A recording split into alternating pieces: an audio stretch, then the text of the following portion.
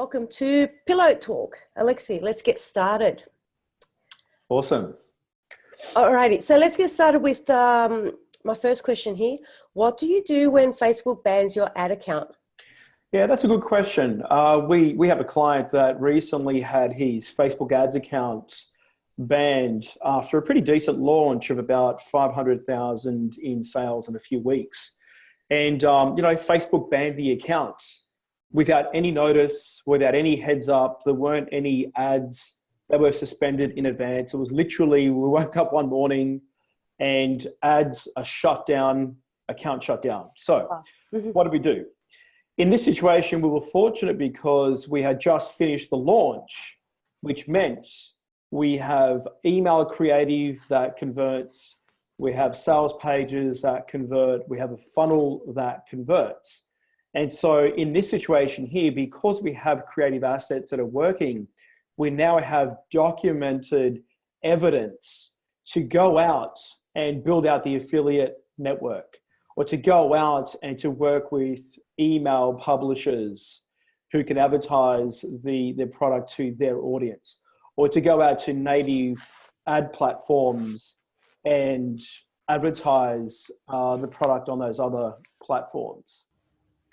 And so the lesson here is, if your Facebook ads account has been shut down, but you have documented evidence of a campaign that works, it opens up the door to a whole bunch of other opportunities to market a product and get more clients, more customers through these other channels. Cool. Thanks for that. Moving on to the next question. So why is it so important to begin with the end in mind? Yeah, I'll tell you something, especially as it relates to marketing and within that content marketing, it's really easy to get overwhelmed. It's really easy to fall into the trap that you should produce lots of content and do lots of things. And before long, you can find yourself very scattered and spread very thin, because you might see one or hear about one influencer who's suggesting to do one thing, another expert suggesting to do another thing, and then all of a sudden you're faced with 30 options. But I tell you something, when you begin with the end in mind, when you're clear on what your goal is, it starts to reduce the array of possibilities. It starts to limit options, and I mean that in a good way. So the way we do this is we ask ourselves, what's our 3-month goal? What's our 6-month goal? What's our 1-year goal? So those 3 timeframes are particularly useful if you've got a business, say, doing less than, say, 10 million a year in sales. If you've got a much bigger company, obviously you need to plan out further. But let's say we set the 1-year goal and we get very clear on what are the 2 or 3 key goals that matter within the year. Every business will be different, and it's entirely influenced on what stage you're at. You get clear on your 2 to 3 goals for the year. Then you chunk those down to 6 monthly goals and then 3-month sprints. And that's it. Now, the truth of the matter is you can't do everything. You have to compromise. But when you get clear on your goals, specifically when you chunk them down and you've begun with the end in mind, you can now stay focused on your plan without getting as stressed about the things that you're not doing. Right, cool. That makes a lot of sense. So tell me, how do I make content perform so it drives leads and sales?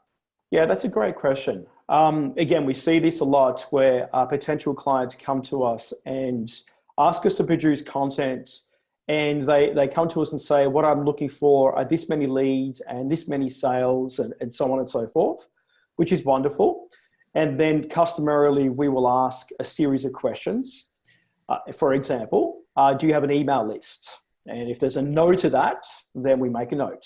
Do you have a big social distribution platform, meaning Facebook, LinkedIn, Instagram, et cetera, et cetera? If there's a no to that, we make a note. Then we ask one final question. Do you have culturally the skill set and the DNA to buy media? Facebook ads, AdWords possibly, whatever it may be. If the answer is no to that, we'll make a note of that. Because here's the thing, content marketing is extremely powerful. If it's not amplified, it takes time. What do I mean by amplification? one of the most effective ways to amplify content is to combine it with paid media. Combine it with paid media, most often it's Facebook ads. And that Facebook ad traffic ideally gets sent to funnels. Standard run-of-the-mill old school funnels. It could be a squeeze page, it could be a quiz, doesn't matter what it is, but the point is it's going to a choke point where you are seeking to deepen the relationship with your audience. And one of the most effective ways even today is to acquire that email address. So to answer the question, how do you make content perform? You combine that with some sort of accountable distribution, amplification, and one of the best is paid media. And the second part of that answer is you send traffic to a funnel, at least one funnel where your goal is to deepen the relationship and acquire that email address. If you don't do these activities, i.e. if you only just produce content across all the platforms without instituting, the squeeze pages or the paid media, you'll still get results, but it's going to take a lot longer. Okay, cool. So I'm going to go back to where you said develop the cultural, I can't remember the word that you said, but to me, I understood that as it being, have you got the mindset to pay for ads? And what I mean by that is, do you have the skill sets to pay for ads? So there's a lot of companies out there that they have some misfortune, doesn't matter what it is, right? Or they start even a new business and they're able to get results really, really fast because they either know how to buy the media in-house. Okay, yeah. Or they have existing contacts and networks and relationships with media buyers. And so those people and those companies can get up and running much, much faster than companies or individuals that have no idea how to buy paid media. And so therefore either have to learn it or develop the network and the contacts who know how to buy it. All right, cool. Thanks for clarifying that. All right, I'm going to move on to my next question. How do you win clients without competing on price? Yeah, that's a good question. And that's a question we get often. So I'll answer it by telling a client story. So we have one of our clients are caterers. They do outdoor catering. And one of their markets are couples getting married. And so in their case, a couple that's looking to get married and to host an outdoor wedding, there's a certain series of decisions that they need to make to have the wedding. A certain series of decisions where they absolutely have to look at flowers, food, possibly a church, where to host the wedding in terms of, a location and so forth. And so we advise these clients, what you want to do is start a relationship, a dialogue with these people as soon as possible. You want to be the first company that they speak to a split second after a couple have made a decision to get married. And so in this example here, Facebook, for example, have a great feature and a useful feature where an individual can change their status.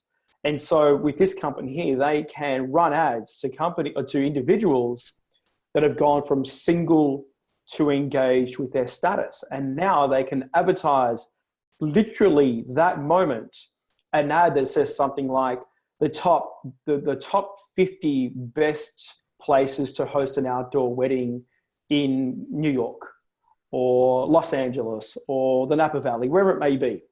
And so those people who have just made the decision to get married, the timing on that is impeccable. Now, the opportunity is this. Those particular people go to a landing page to download the checklist or the book or whatever the premium is that we're offering. The opportunity there is the catering company can now proactively follow up before all other caterers that this potential client may be speaking to. They can shape the conversation, set the buying criteria so that they win the business rather than the competition. So this goes back to edu marketing, using the process of education to really build and deepen a relationship with a potential client, even before they speak to any of the competition. All right, they're cool. Thank you for that. So moving on to our next question, I've got, how do you generate 5 times, 10 times, and up to 50 times from content marketing? Yeah, that's a really good question. So I'll answer it by telling a story of a client that we're working with. So right now we are generating opt-in leads for about $1 to $1.50 per name and email address. And the good thing about this is a huge, huge market, and the profitability of these people that are opting in to the landing page are pretty good. We're almost break even within a 30-day time window. So what that means is if we spend $10,000 on ads, within 30 days, we get about $10,000 back in sales. So we're at a point now where we need to increase the return on ad spend, i.e. increase the return on investments for this particular funnel. We're able to generate leads very effectively, but now we need to just get a bit more profitable. And so there's a few things that we're doing that are proving to be quite effective. Now, just as context, all of this traffic is coming from Facebook. So therefore, what we're doing on Facebook is we're deploying the chatbot in some real sensible ways. Now, the chatbot is quite a powerful mechanism to communicate with those that opt in to your content. The stats on the chatbot, and I've seen this time and time again, the stats on the chatbot are in terms of engagement and interaction, they are the equivalent of what email used to be maybe 7 or 8 years ago. So we're talking 60 to 70% open rates, you could say, on the chatbot messages. So what we're doing is we're following up by chatbot, and then we're extending $10 credit discounts within time periods. So what we're doing is, an individual opts into the landing page. They start to receive the email sequence as standard through our email service provider. But then we're dovetailing the email sequence with a series of chatbot messages, one of those being a $10 credit. Now, I'm not saying a discount or a buy one, get one. Specifically, I'm talking here a $10 credit. The credit in the account is by far the best promotion idea I've ever found in near on 20 years of being a marketer. So in this case, we're offering the $10 credit, and then we're tracking those stats in the dashboard. And I tell you, the chatbot combined with a $10 credit is really, really powerful. What else we're doing is, as the email sequence is being distributed over a week to 3 weeks, we're also dovetailing the messaging and the email sequence with remarketing. And we're remarketing with a few different offers. I won't get into all of them now. But one of those, again, is the $10 credit offer. So just imagine this from the potential client's perspective. They receive the email sequence, series of messages. They also get a related series of messages via chatbot, and they're also getting a related series of messages via remarketing. And so this person, for a finite period of time, is seeing us all over the place, but we're having messages that relate to each other. And so our goal here with this particular funnel is to get the return on investment to 120, 130% within the 30-day time window, which effectively means that our lead generation is profitable on the front end, which means we can reinvest and grow very fast, very aggressively. Yeah, that's pretty cool. I've also seen the chatbots. I don't think it's for chatbots, but I think that I've seen it through Facebook being a customer and through the customer support aspect. And I think that was quite powerful also. So I didn't mind that I was getting the same message, but on different platforms. So that's quite interesting. Well, you know what? The truth is, email open rates over the last couple of years are starting to steadily drop. And, if you get a 20% email open rate, for a lot of lists that mail regularly to their audience, that's a pretty good open rate. But that means 80% of people haven't opened the email. 80%. And so part of the reason why email open rates are dropping off over the last couple of years is fragmentation. We're able to receive messages over these other platforms. So the way I think of the chatbot, and right now there's a great deal of novelty with the chatbot. Yeah. So if I go into my email inbox, I'll receive maybe dozens of messages first thing in the morning. But if I go to Facebook, there might be one. So therefore, as another channel to communicate to an audience or a particular individual, it's not cluttered just yet. And so that's part of the reason why the chatbot works so well right now. Yeah, that's pretty cool. And I think there's, we'll just move on to a different kind of question. And can you tell me what would be the easiest way to create SEO content?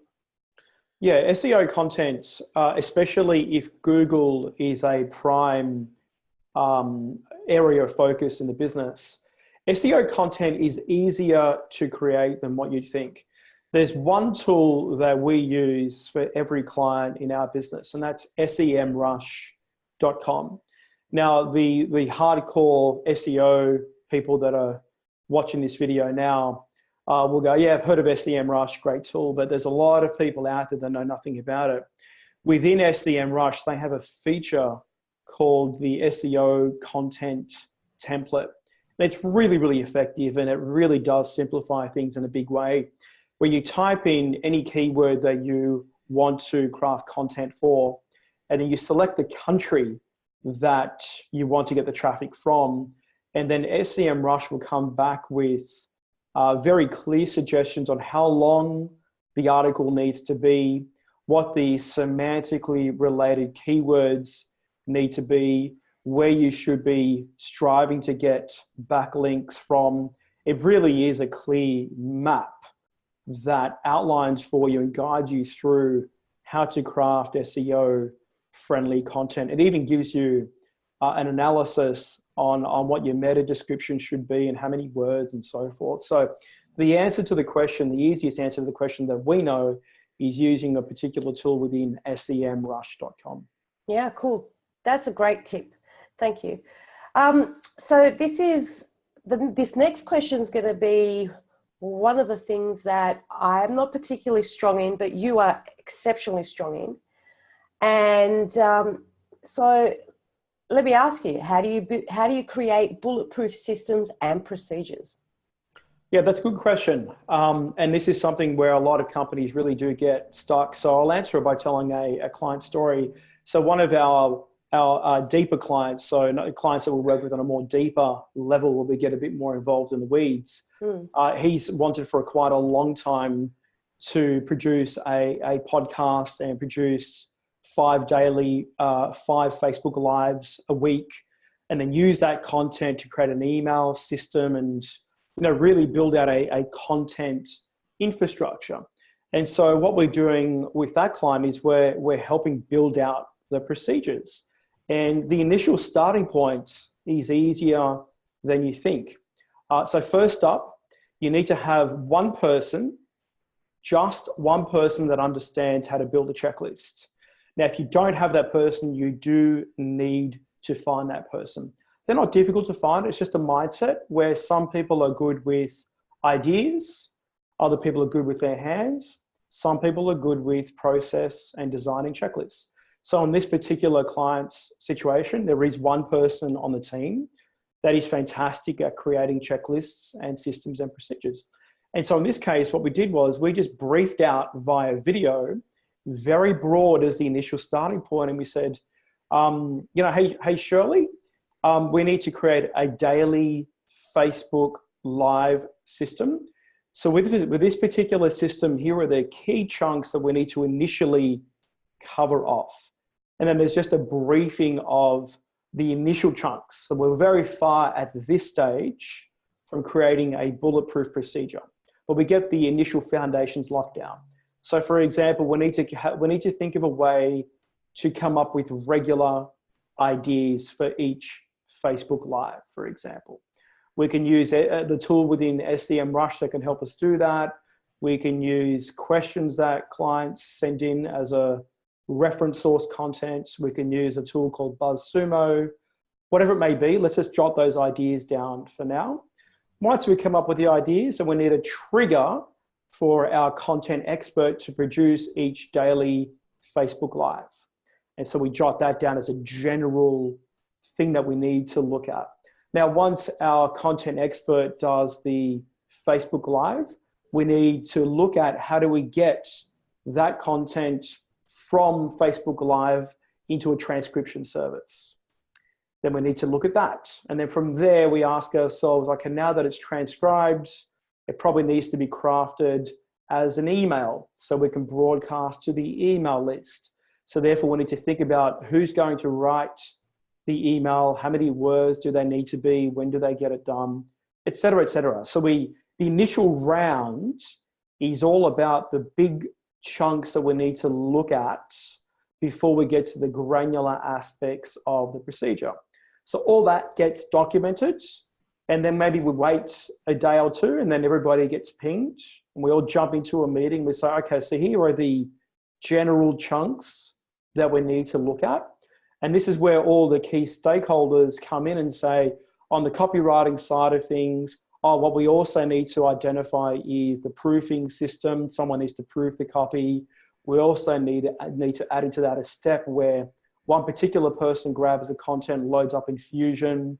Then we need to decide which segments of the email list need to get broadcasted. So the next round is where we start to fill in the gaps. And we do that over a series of couple of days where the key stakeholders keep jumping in back into the Google Doc. We don't put this into a project management software just yet. We're just working out of a Google Doc. And over a series of a couple of days, everyone's chipping in, adding things. We're inserting comments like food for thought. Should we do this? Should we do the other thing? And we keep going round on that level until we get to a point where everyone generally agrees it's time to do a run through. And this is where we put the system to the test. And now we're solely looking for choke points, bottlenecks, issues that are not working well. And so we run through the initial version of the checklist, and always 100% of the time, the checklist is not perfect. Always we've missed a detail. Always something doesn't work perfect. But we notice the feedback, then upgrade the system. Then we try it again. And we keep following that process until each key section is running through smoothly. And then when we've got a smooth process, then we import that big checklist into a project management software. In our case, it's Basecamp. Other times it can be Teamwork, doesn't matter, where that's a master pipeline that is a big template from beginning to end. So whenever that process needs to be deployed, it gets imported as a template and then assigned with due dates. And then we just run through from top to bottom and keep repeating time and time again. So that's how you do a bulletproof checklist. Yeah, see, that's a lot for me, but that's me, right? I'm not the person to create the systems. Something that I think is quite important that if you can just elaborate on is why are we creating systems to begin with? Like, I know this is going to be, it's important though. Yeah. So systems are needed because without a system, usually what happens is the business owner, the key decision maker, gets stuck doing the work, and they can never get free of any particular part of the business. That's number one. Number two, without a system or a procedure, quality starts to get quite volatile. Inconsistency kicks in. And so especially as it relates to content, because we work with so many clients and we ask them a lot of questions. And one of the questions we ask is getting content out the door consistently a problem for you? Mm-hmm. And almost everybody says yes. It's rare that we're speaking to a particular potential client that says, we're able to get it out the door regularly. Where we struggle is coming up with ideas. The big problem is consistency. So having a procedure from beginning to end with assigned responsibilities as to who is going to do what by a time frame frees up specifically the business owner, and it brings consistency to the situation as well. And that could be in any business, really. Oh yeah, for sure. And in any aspect of the business. Yeah, for sure. Like, we are specifically focusing on content in this example because this is what we do. But the vast majority of areas of focus in a business can be systematized. Now, there's a case to make that in highly creative organizations, there are some aspects of the creative process that get a little bit more difficult. But even then, there can be a process behind creativity to at least up to a point, for sure. Okay, cool. Now, that all sort of ties in with my next question.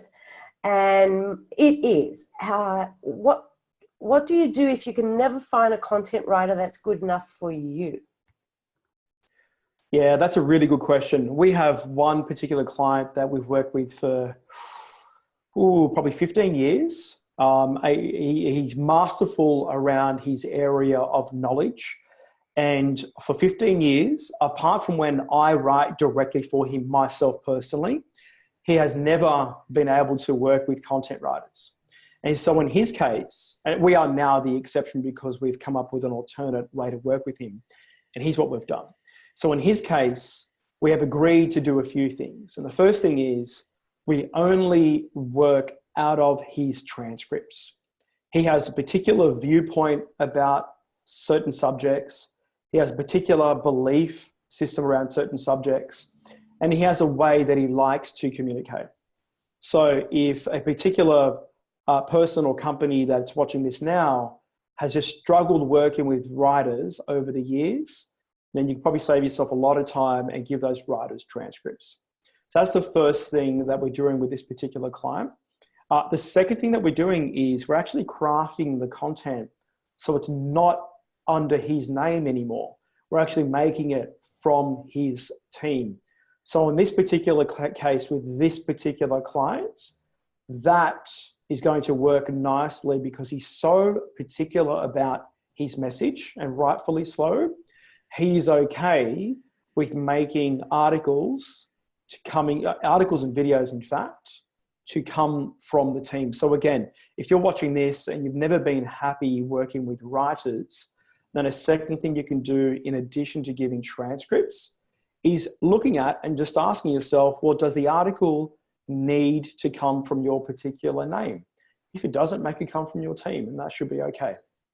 And I just want to ask, with that, is it him being particular because of his viewpoints, or is it I don't know how to say it, but is it him being precious about the content, or is it him making sure that he's aligned with what's going out?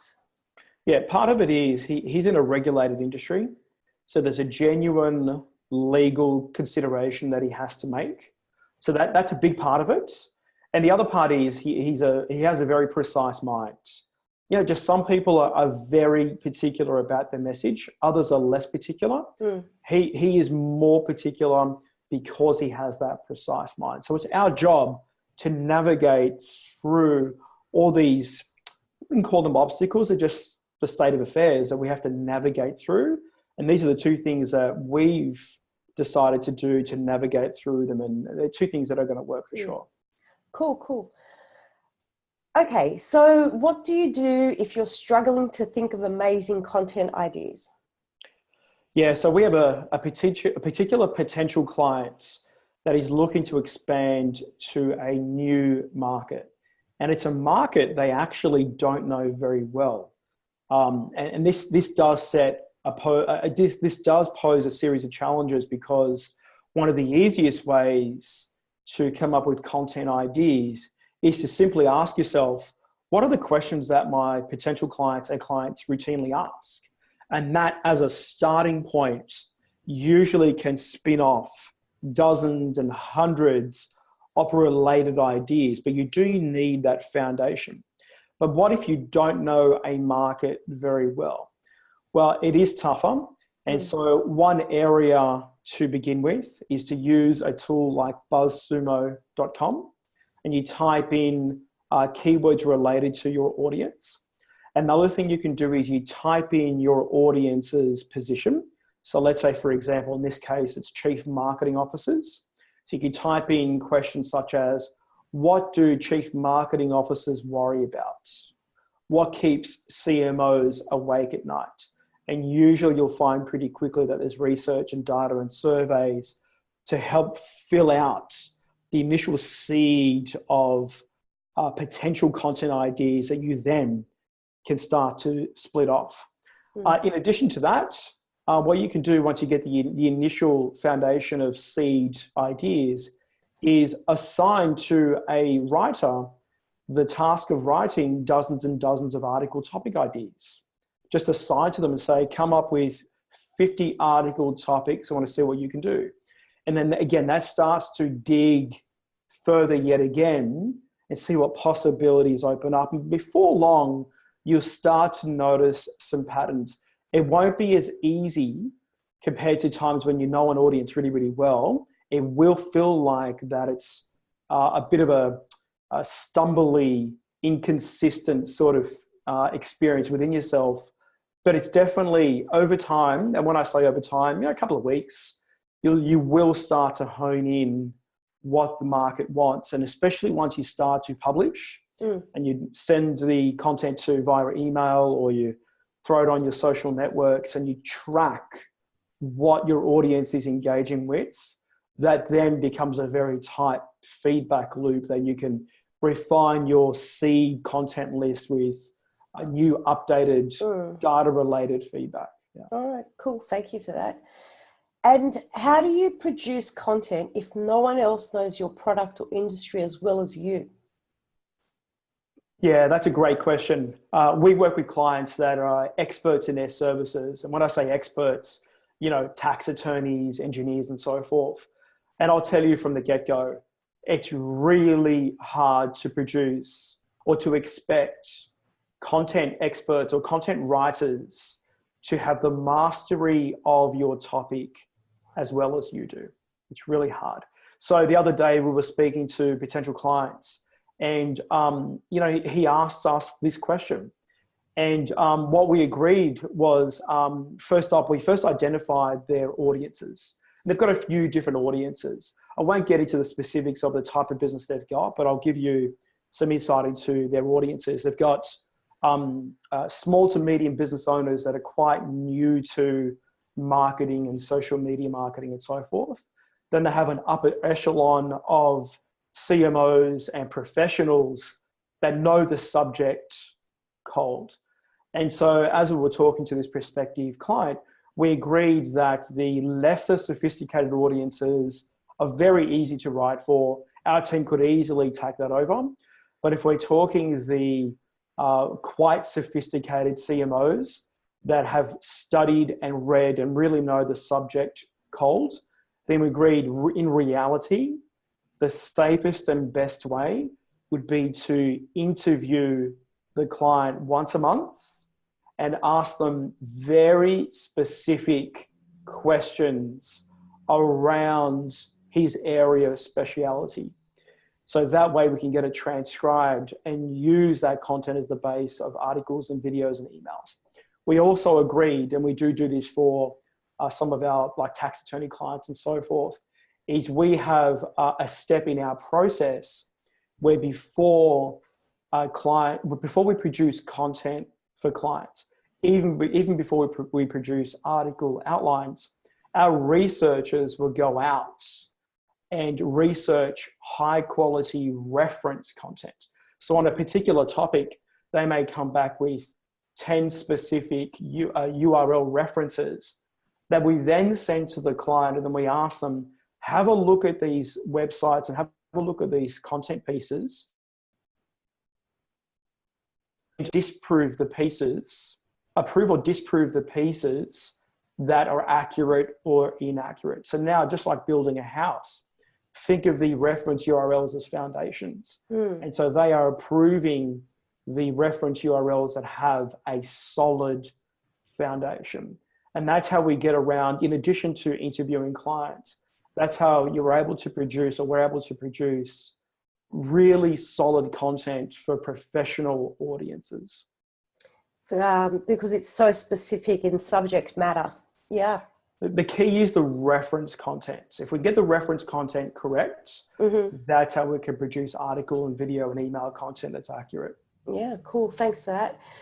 Okay, so how do you build a huge affiliate network if you're a startup? Good question. So we had a client recently that just came off a $500,000 launch, and then Facebook banned the accounts.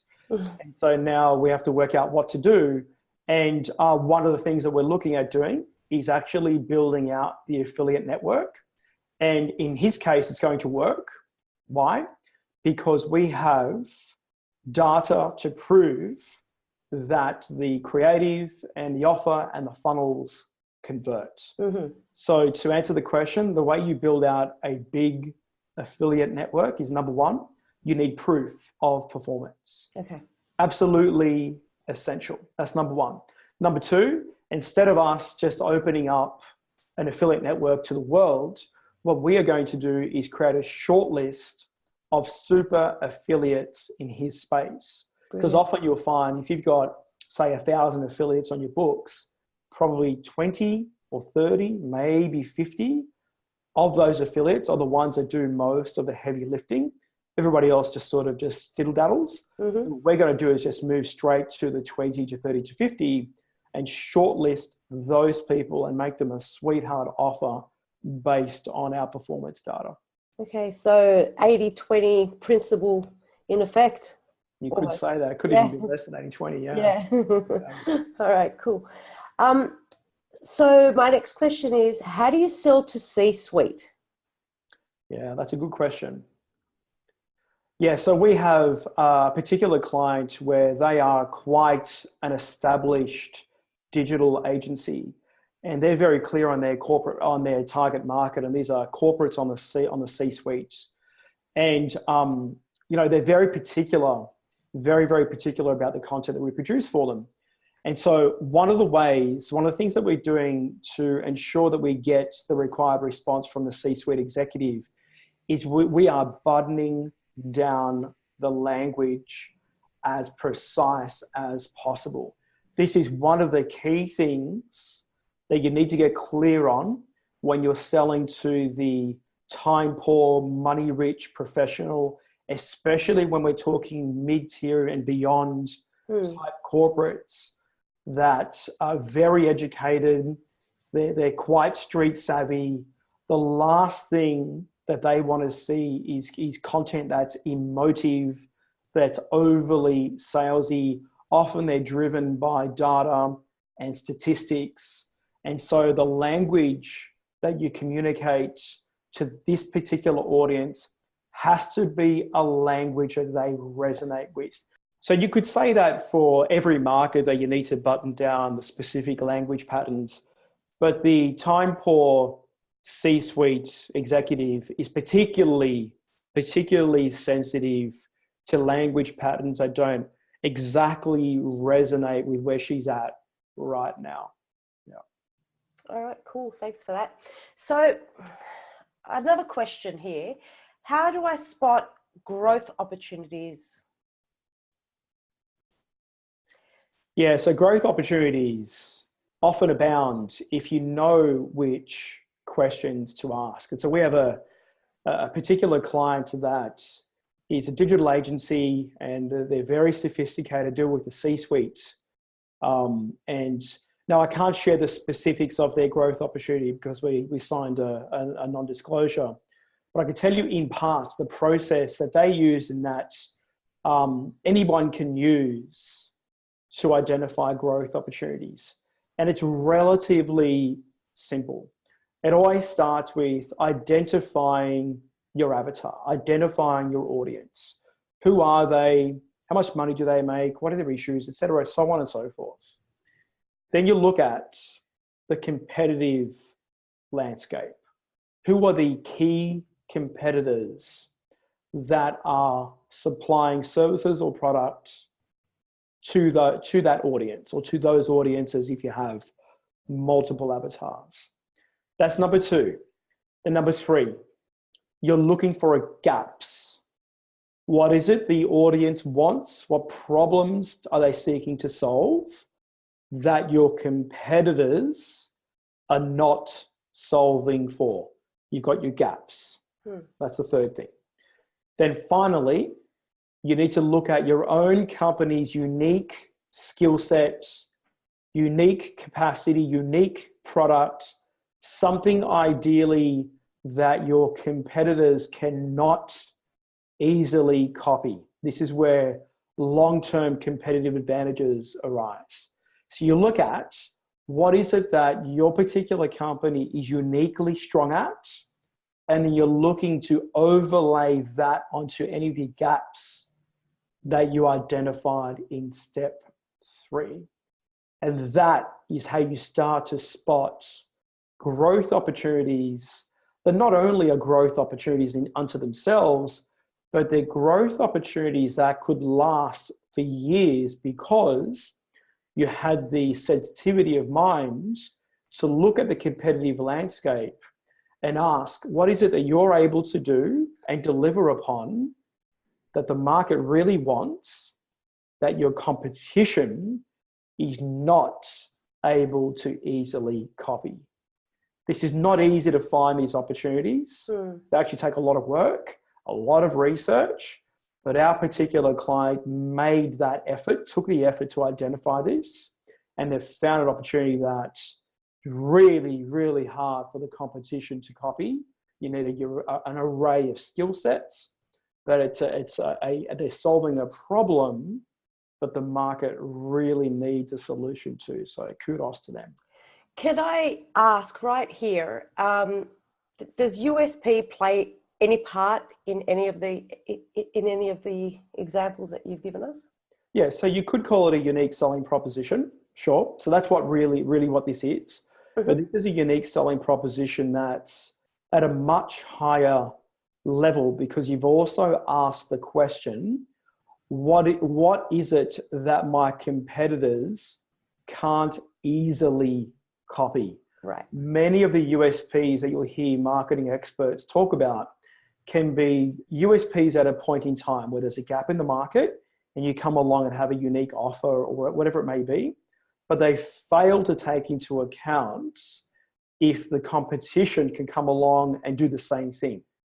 If the competition can come along and extend the same offer or delivery terms or price very quickly, then it's no longer a USP. That's a big problem. That's where you want to go the extra efforts and take a good, strong look at what you're uniquely able to deliver on that nobody else can. And nowadays, the best example I think that we could use is Amazon.com. Amazon are able to do things that even if their competition wanted to copy them, it'd be almost impossible. They would need probably at least tens of billions of dollars and some of the smartest people on the face of the earth to even have a shot. Yeah, okay. So Alexi, can you tell me, what do you think might be the greatest lead magnet ever?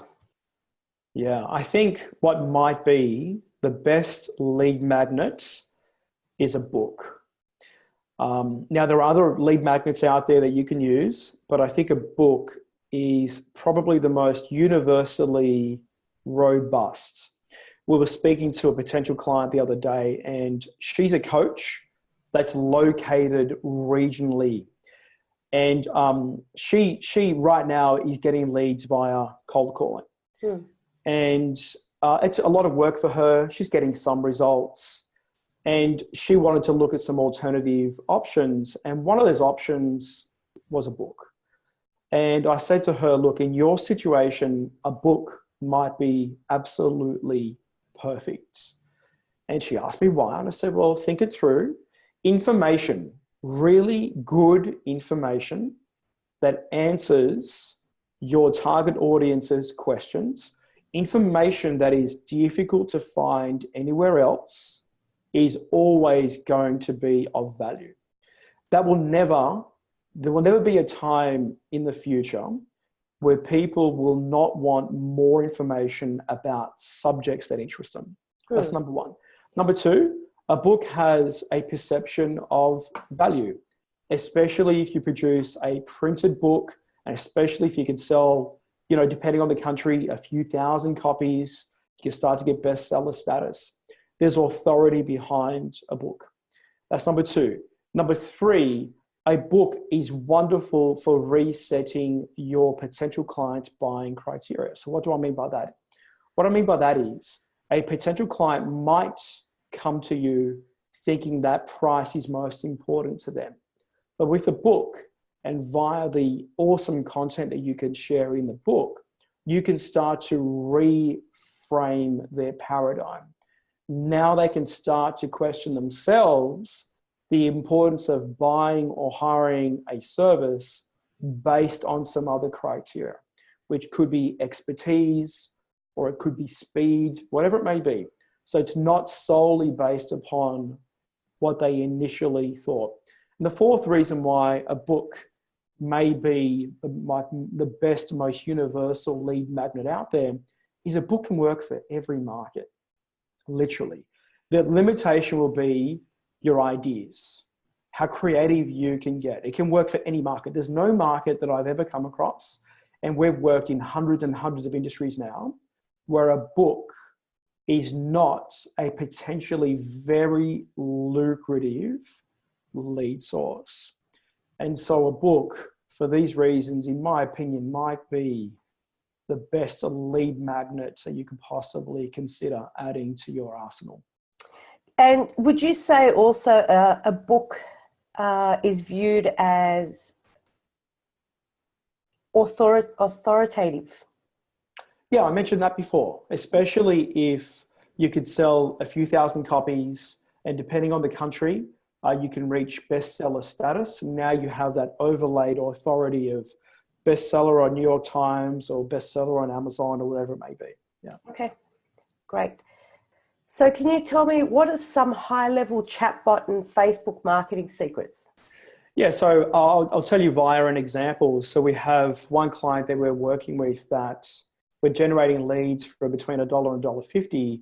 And the good thing is that the market is huge. So the potential to generate these leads on Facebook, we could be talking thousands of leads per day.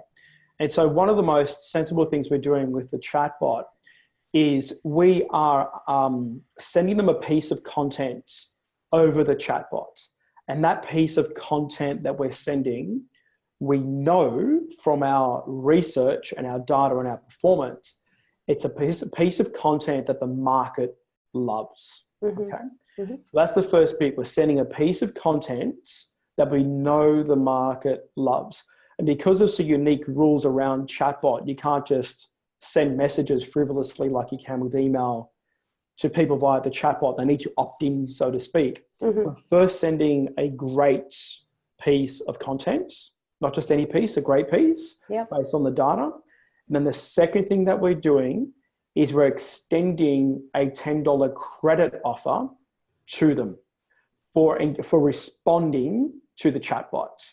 But there's a third layer to that, or a third level to this. Mm-hmm. At the time they're receiving that $10 credit offer via the chatbot, they're also receiving it via email, and they're also being remarketed with that offer just after that as well.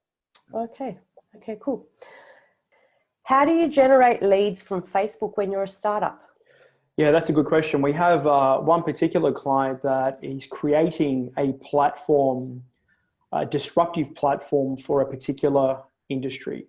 And they've secured their funding, they've got the website up and running, and they're now able to service clients. Yet they have no track record, no database, no nothing.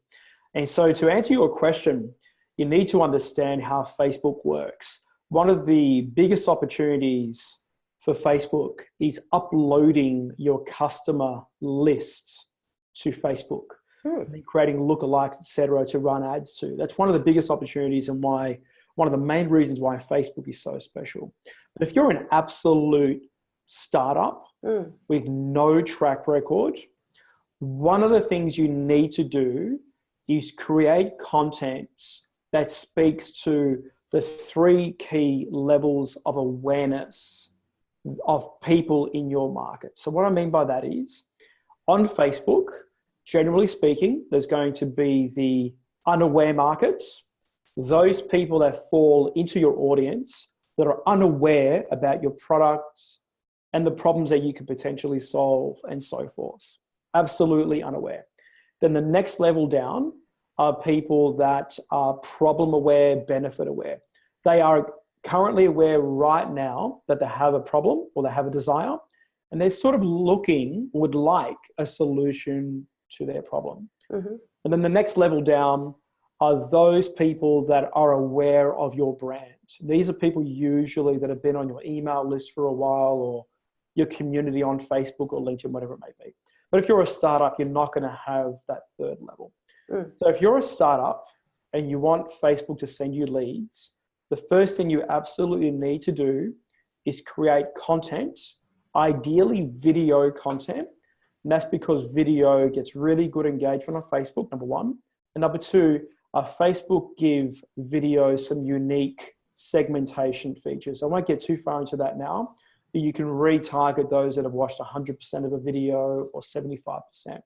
So you need to create ideally video content, just a couple of pieces to start with, that speak to the unaware market. This is where you start to build out audiences, okay? And so what you're doing here, usually with an unaware market, is you're calling out to the market. Customarily, what we'll do for clients is we'll call out to the market and we'll reveal some interesting data or trends or some factoids that a particular market absolutely wants to know about. There's no pitch, there's no mention of the product, nothing. This is hardcore content as hardcore can be, okay? So you need a few of those pieces on Facebook, and then people that engage with that content, say watch 75% of the video or 100%, then you can remarket to those people, focusing in on either their problems or their benefits, okay? That's where you can start to introduce or mention, at least to some degree, your products. You can't overly sell to them too aggressively at this stage. You still need to move, quote unquote, that free line. But this is now where you're drilling in onto problem and benefits. And there can be often a sensible segue to introducing your product. But usually at this stage, you won't be selling your product very hard. You won't be offering discounts on your product and scarcity and so forth. Just planting the seeds. And then those people who engage with that content, you can start to remarket to them now with product-based pitches, so to speak, whether it's a sales letter or an e-commerce page or a video of some sort that sells your product. Okay, that's cool. So how do you train Facebook to send you more big buyers? Yeah, so Facebook have a great feature where you can upload your customers to the platform.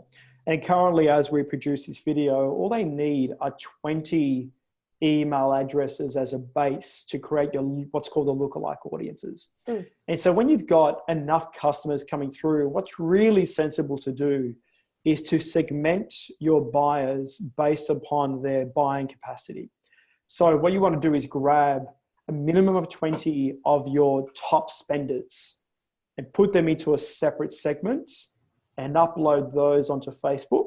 And then Facebook can go out and find the top 1% of the population that meet those characteristics most closely. Then what you want to do is grab your next segment of best buyers. They're not your biggest buyers, but your next sensible segment. And that's different for every business. It could be, actually, I can't even show you an example, but your first segment are your biggest buyers, however you classify them. Then you've got your next segment of good buyers. Maybe these are the guys that They're repeat buy, but they don't spend the biggest amounts, perhaps. Could be.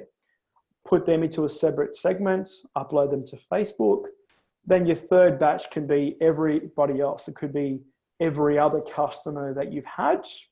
Put them into a third segment, upload them to Facebook, and then Facebook will go and create the 1% lookalikes. But the big opportunity, truly the big opportunity is siloing and quarantining your best buyers, your biggest spenders, and uploading them to Facebook separately and see what Facebook can produce for you.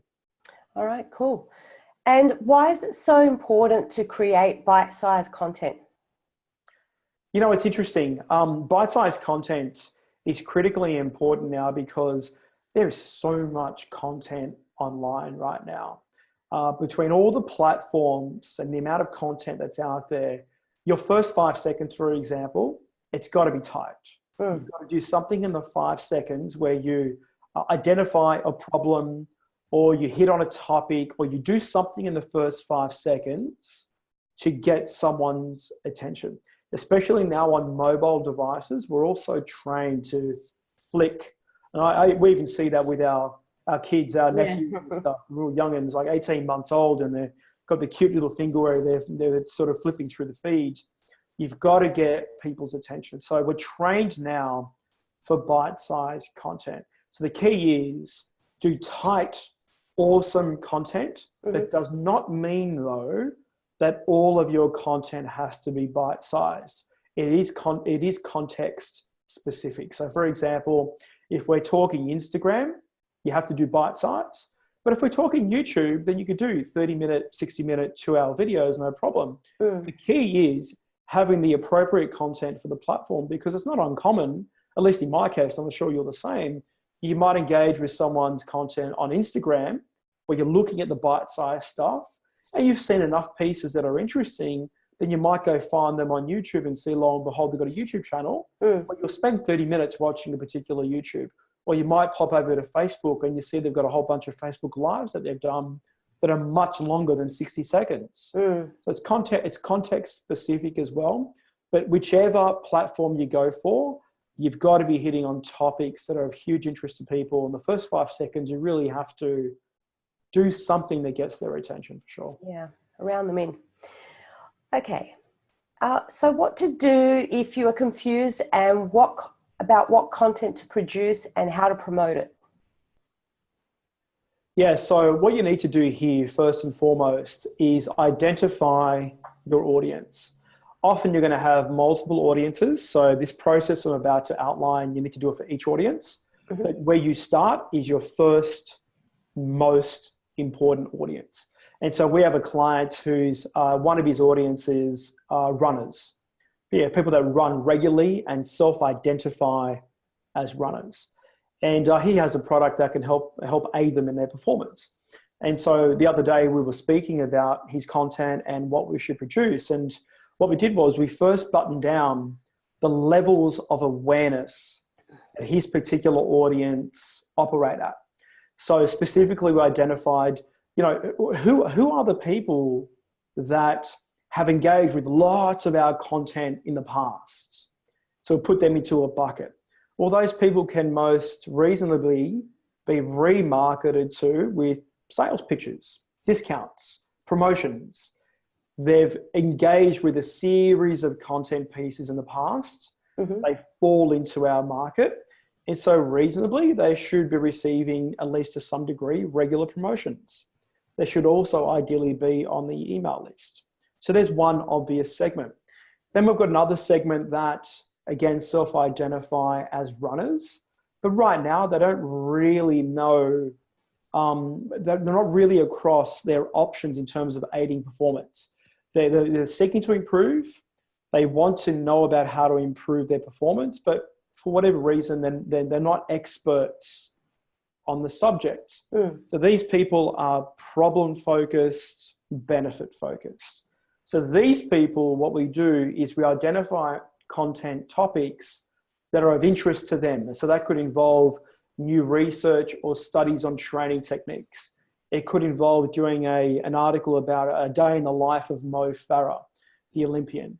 It could be a range of topics that for them, because they are problem or benefit focused, that we produce content that they find unto itself interesting and insightful.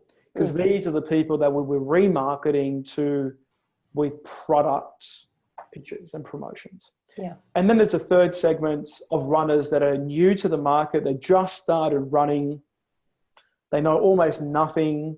Or you've got the market that is just thinking about running, and that speaks to other ideas for content. But the key is identify your key audience, your core audience, and then understand that not everybody in your audience is at the same level of awareness. Some are more educated than others. Some know more about your brand than others. So therefore, that should dictate what content you send to them.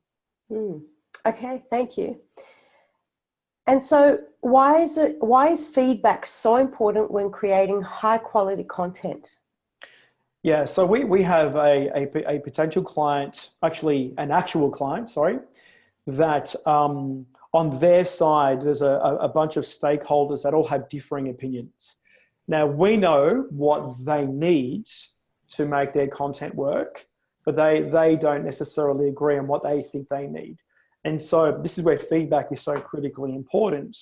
What we've agreed to do is something so simple that it boggles the mind. We're just going to test a whole bunch of things, and we're going to let the market tell us what it wants. And using that feedback will then dictate what future content pieces we'll focus on. Yeah, right. Market feedback can take many, many forms. It can take comments on Facebook or LinkedIn. It could take looking at your vanity metrics, so to speak, engagement shares and so forth. Or it could be actual inquiries, tracking back to source, which particular content pieces led to an actual inquiry for purchase. All of this is valuable feedback that you look at to then pivot, ideally every month or every 2 months, and you look at the content calendar and say, we've noticed some results coming through. We're getting some good results on content centered around this subject or that subject. That's why feedback is so important. Ultimately, if you know how to read the data doesn't lie. The data can lie if you don't know how to read it. But if you know how to read it, then that is your absolute best place to start and continually look at in terms of deciding what content you should create. Oh, cool. And how do you pick the best opportunity when you have many to choose from? Yeah, so we were meeting with a client the other day that has a good business, and we work on a deeper level with this client. And like so many situations, there are so many ideas and opportunities. How do we choose?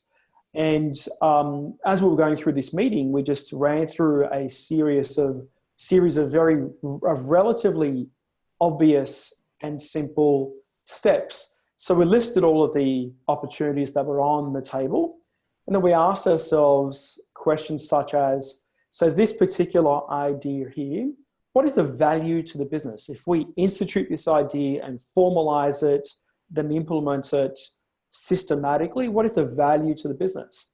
And that value could be defined as sales or leads or whatever it may be. You get clear on the value. Then we ask ourselves, how much effort, how much time, what resources are required to allocate for each opportunity? Some ideas are easier than others. Some are really difficult. This is where you look at your team's expertise. This is where you look at technical constraints that may exist. It's where you look at the financial constraints. How much does it cost? To identify how easy it is. And the third thing is, speed of payoff. Speed of payoff. Some ideas lead to payoff quicker than others. So you need to look at that. It's no use, or often it's no use, having a great idea that can be implemented, but it takes 2 years. The realities of most businesses, they can't afford 2 years of implementation before they get to derive some sort of income or payoff from it. But there's some other ideas that are relatively easy to institute where the payoff could be quite big. And so in this client's case, one of those ideas was an upsell page. Now, this is one of those ideas where it actually could double, or let's go through it. It could double the client's business if we just bumped if we bumped a particular metric. I don't want to get into the detail of the business because it's confidential. If we bumped the performance of the upsell metric by 20%, it led to a doubling of profit in a year. Okay? Wow. Yeah. So the impact in terms of the business, wonderful. Ease of implementation. We had the product in stock. We have the technical skill all in play, and the cost of implementation was going to be negligible, a couple of grand. And the speed of impact, or the speed of impact of the idea, was immediate. The moment we drive some traffic to the upsell page, the payoff is instant. So it was very obvious that the upsell page for this particular client in this particular situation was the correct move to prioritize. Okay, thank you. How do you create content that's factually accurate? Yeah, so if you're dealing in an industry where there's high regulation, or you're dealing with sophisticated audiences that will absolutely notice inaccuracies from the beginning, then the first step is you've got to take it slow. The attention is in the details, there's no doubt. Take it really slow. That's number one. Number two, have multiple rounds of fact checkers. Don't just have one person checking the facts. Number three, it's all about solid foundations. So in our case, when we deal with sophisticated audiences and professional services, one of the steps that we institute is a round of reference checking. So what we'll do is we'll get one of the researchers to go out and find reference content from reputable sources about a particular topic. And then we'll send that to the client and ask them to approve or disapprove the accuracy of the reference URLs. Right. And so that's the third thing to look at, is you need to work off appropriate references. Now, there's other ways to go about that. Often the clients, especially those that deal with sophisticated audiences, have research studies already sitting in a Dropbox somewhere. Other times they don't have that, so then you've got to interview the client. This is where the subject matter expert, the true expert on the subject, is irreplaceable and indispensable. Hopping onto a Zoom call, then asking the questions and getting the actual answers from the subject matter expert, that's a very, very valuable investment of effort, because now you're getting the accurate information that the content team can use to write the articles and produce the videos and do the infographics and write the emails and do the social posts. But if the reference content is inaccurate, i.e. the foundation, all these related pieces can have inaccurate information. Now, the opportunity costs can be quite severe. Yeah, okay. All right. Why don't pretty websites usually convert? Yeah, I was talking to a potential client the other day, and she has beautiful websites and gorgeous, beautiful images. And she said to me, Alexi, we're not getting any inquiries. I said, okay, let me take a closer look at the website. And there were so many mistakes made from a conversion perspective. For the first time in a real long time, I was actually stuck. Now, to answer the question, pretty websites usually don't convert. And that's because there are too many things going on at one time. You've got too many options on the navigation bar. There are too many markets that it's speaking to. It's addressing too many issues or desires. Often the UI can be difficult to navigate. Pretty websites rarely convert if you are looking for an action. So if you are driving traffic to a website and you are clear on the outcome that you seek, whether it's an inquiry or whatever it may be, if you are clear, then you do not want too many options on the website. You want to localize focus and attention. You don't want too many options on the navigation bar. They have their place, there's no doubt. So if you want the pretty websites and you're looking to develop a brand for one, or you need to keep Google happy. Google, as we all know, don't like one-page squeezes with no links in the bottom, et cetera, et cetera. If you're looking to do that, then what you do is you send traffic to dedicated landing pages on your pretty website where you speak to one market and you solve one problem or desire. Even then, you want to minimize as much as you can options on the navigation bar, distractions on the right-hand side, as much as you possibly can. But the key lesson here, the key point to get across is an absolute message to market match. That's the key. Yeah. Okay. Okay, cool. When should you build an authority website? So the other morning, I was going for a walk with a client and friend, and we were talking about his industry. And we came up with an idea that maybe for him, an authority site could be a winning idea. And then as we were talking, I realized there's actually a time for this. And that is if a new market is emerging and there is not lots of competition just yet. Yet if you go to, say, Google Trends and you see that there's a steady increase in the interest, but it's still very, very young, an authority site could be a really good decision. And that's because you've caught it early, there won't be too much competition just yet fighting to get Google rankings or to run PPC ads or whatever it may be. Yeah. So if you get it early and register the domain early enough, you can age the domain, you can start to produce content before everybody else, you can seek the backlinks, you have evergreen fertile land at a time when nobody else is really thinking about that particular opportunity. The key, though, is being able to identify an emerging trend before everybody else does. And it's a bit of a Hail Mary because you're catching it early. Okay, so if we look at something like a paleo, okay, 10 years ago, very, very young, right? So to make a decision, say 10 years ago, to create an authority site on paleo, bit of a long shot. A year ago, though, too late.